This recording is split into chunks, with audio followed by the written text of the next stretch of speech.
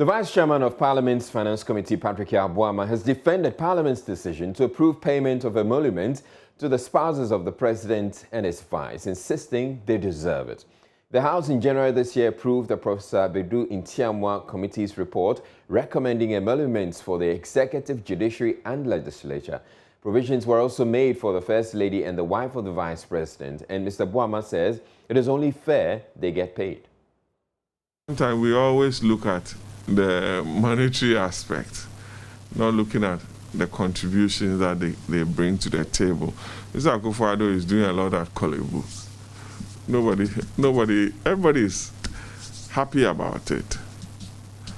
Mrs. Baumia is also doing something very good around the country. Mrs. Kufuor did the Mother and Child Foundation. Sometimes through them, various non-governmental organizations are able to channel some supplies through their organizations, and it comes to Ghanaians. You never know which member of your family has benefited from some of their initiatives. It's possible.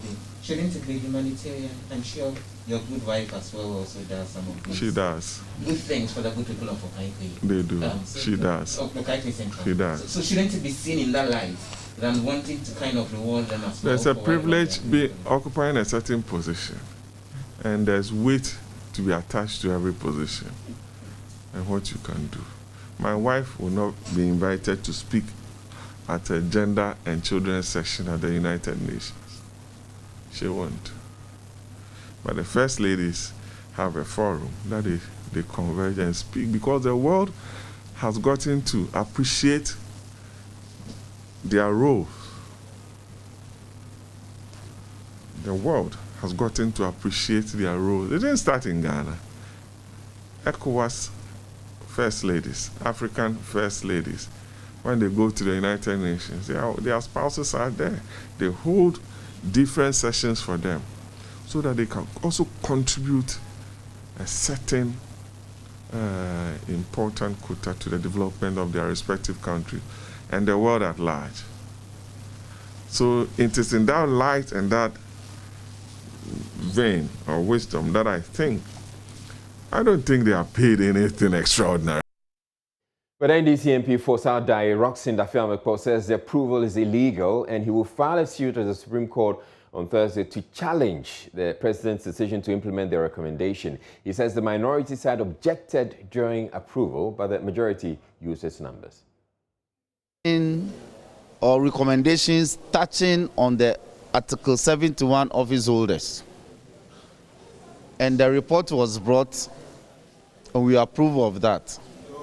If you go back into the Hansard, you will see that the minority chief whip, during the approval of this report, raised the issue of the inclusion of this queer recommendation that arrangements should be made for the spouses of the president and the vice president to be paid some form of monies, which is now being termed as salaries or monthly wages. And to that extent, it is unconstitutional. But the intention of Parliament was not to approve of any such recommendation. If government decided not to accede to the request of deleting that part of the recommendation from the report because it was finally approved of, that is their business. Parliament doesn't approve of illegalities. But shouldn't you have done that amendment here in Parliament? Yes, to say that yes. it should go to the executive for the executive to do the No, if you were that convinced that it's unconstitutional. It's not. We've raised it from the beginning. That's why I'm asking you to check the Hansard of early December. This thing was brought here early December.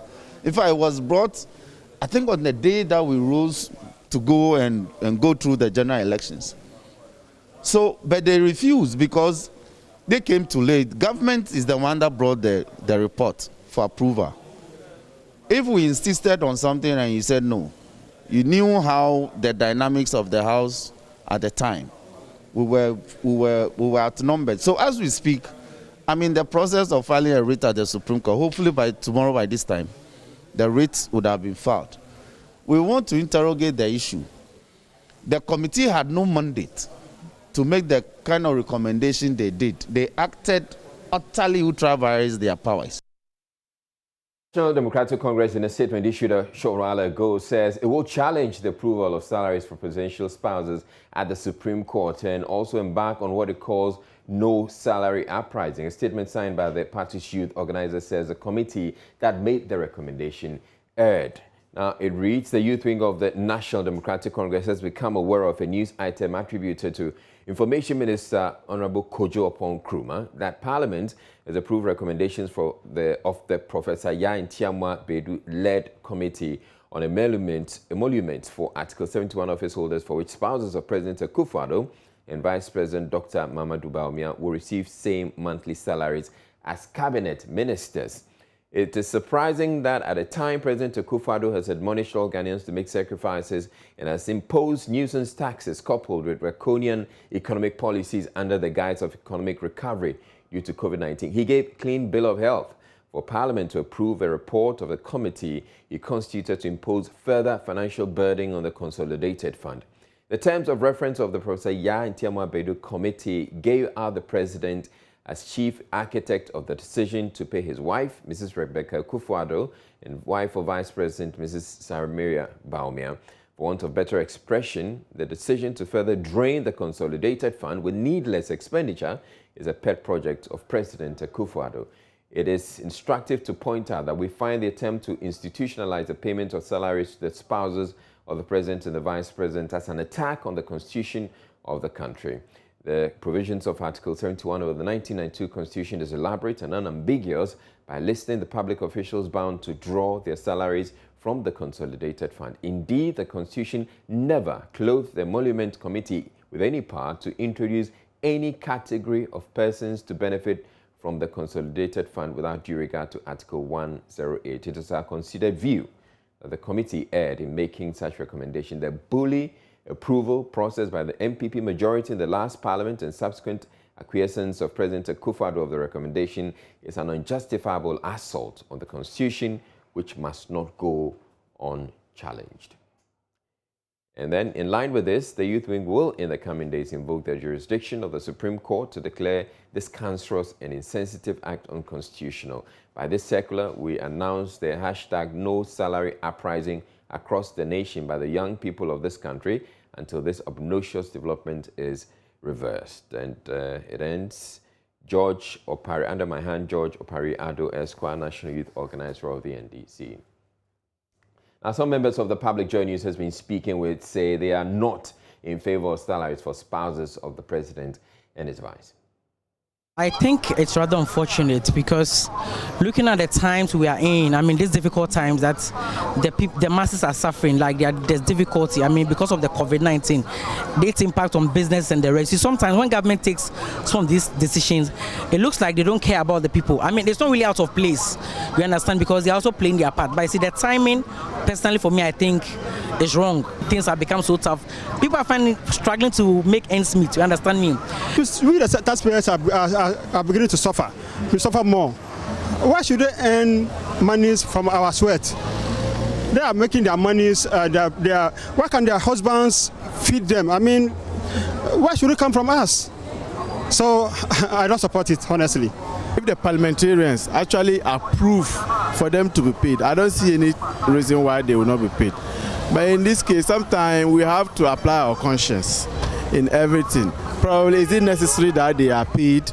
If it is, they've considered the economy and everything and they feel it's necessary, fine. But to me, I don't see it to be necessary because they don't hold any public office. If they are to be holding any public office, I would have said fine, they can be paid. But if they are not holding any public office and you are saying they should pay the first lady and the second lady, I don't see anything good about it. I think it's normal. So far as they are in government, if they've been given a specific role to play, I think they need to earn salary. If it's about allowance and salary, what's the difference? It's just a name. giving them allowance and then converting into salary. I think the salary is quite better. That is traceable. At least one day we can trace it that this is how much we're receiving. But giving them allowance is in some way. So I think it's rather better for them to be receiving salary so that we can quantify it. We can know that this is how much they are receiving. They should not pay them because they are enjoying from their husband already. Because their husband is the president and their first lady. They should not pay them. Is that in the constitution? For a long time, is it in the constitution? Then why do they introduce it? It's not fair. Well, if you have an opinion of that, you can get onto our Facebook and social media handles and get to express your opinion. But we're staying in Parliament where Vice Chairman of House's Finance Committee, Patrick Yabuama, is urging MPs to reject a $28 million car loan being procured for them by the government from the National Investment Bank. The loan agreement has been referred to the Finance Committee after Deputy Finance Minister Abna Osei-Asare laid it on the floor of the House. The medium-term loan is expected to be disbursed to MPs to be paid back over the course of their 4-year tenure as MPs. The minister also laid in Parliament a similar request for a $3.5 million car loan for members of the 8th Council of State. Thank you, Mr. Speaker. Mr. Speaker, I seek your leave to delete the number 275 for it to reach the purchase of vehicles. Before I present, I lay the paper. Very well, deleted. You may now. Thank you, Mr. Speaker. Medium-term loan agreement among the government of the Republic of Ghana, represented by the Ministry of Finance, members of the 8th Parliament, 2021 to 2024, and the National Investment Bank Limited, for an amount of $28 million United States dollars to finance the purchase of vehicles for members of the 8th Parliament, 2021 to 2024.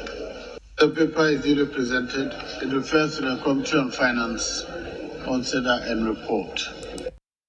Zabuama, however, wants MPs to be assigned official vehicles like senior members of the executive and judiciary rather than handed car loans, which they have to pay back. Nobody has asked of why the state from the executive and the judiciary are giving vehicles without having to procure a loan. That's why I'm saying that if I have my way, I'll ask MPs to reject the loan and ask government to procure vehicles for us. For us to use in the performance of our duties. After 4 years, we leave the vehicles for them.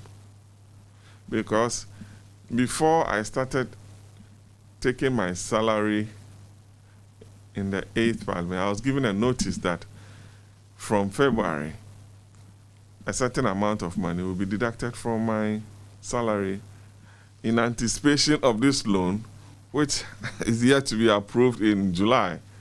So from February, I started paying. That was last year. This year, 8th Parliament. Okay. I started paying, even though I hadn't seen the loan. That one, nobody saw anything wrong with that. But the president, down the line to ministers, you are MPs, you are journalists in Parliament, you see ministers. They come here with official vehicles. Some have the 4-wheel and the saloon. Nobody complains. The members of the judiciary, they do. Nobody has complained. MPs, they are not having it for free. They are procuring a loan. That one, there's a problem.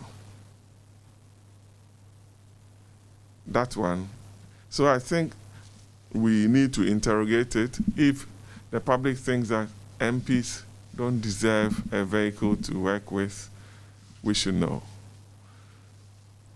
Well, there appears to be some support from across the aisle. NDC MP for South Dai, Roxing Dafeamekopor, says currently some MPs come to Parliament in Uber rides, which is worrying and unsafe.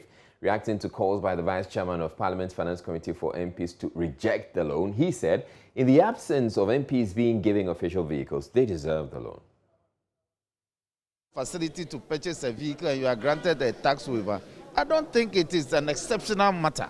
Should MPs reject this and insist on official government vehicles? It is not about rejecting it. As we speak, we've been in office for 7 months. our colleagues who are new and who didn't have the benefit of having strong vehicles come to this house in Uber.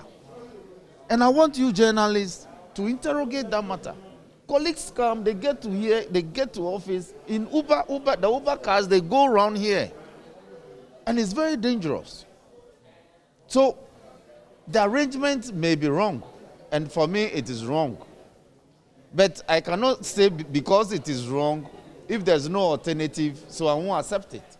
If there's a more credible alternative, which is that I will be assigned an official vehicle, so that at the end of the 4 years, whatever arrangement there are in respect of the vehicle we do, that is acceptable to me. But nobody should insult MPs because they are to be given a facility to acquire a vehicle to perform their functions. But you said the arrangement is wrong. What particularly is wrong with the arrangement? Because it is a loan. So as we speak, since January, monies have been deducted from my salary towards this. Even though I'm not sitting in the vehicle yet. Deductions are coming out of my monthly wages towards the purchase of this vehicle. And when it is time for that to be done, there are people who are raising issues. So that for me is also wrong. So as you heard the MP say, MPs have come to expect that they will be giving car loans, and so they have been readying themselves for that. But they are not the only ones who have been readying themselves for the loans. The vehicle companies have actually been readying and advertising some vehicles on the premises of Parliament.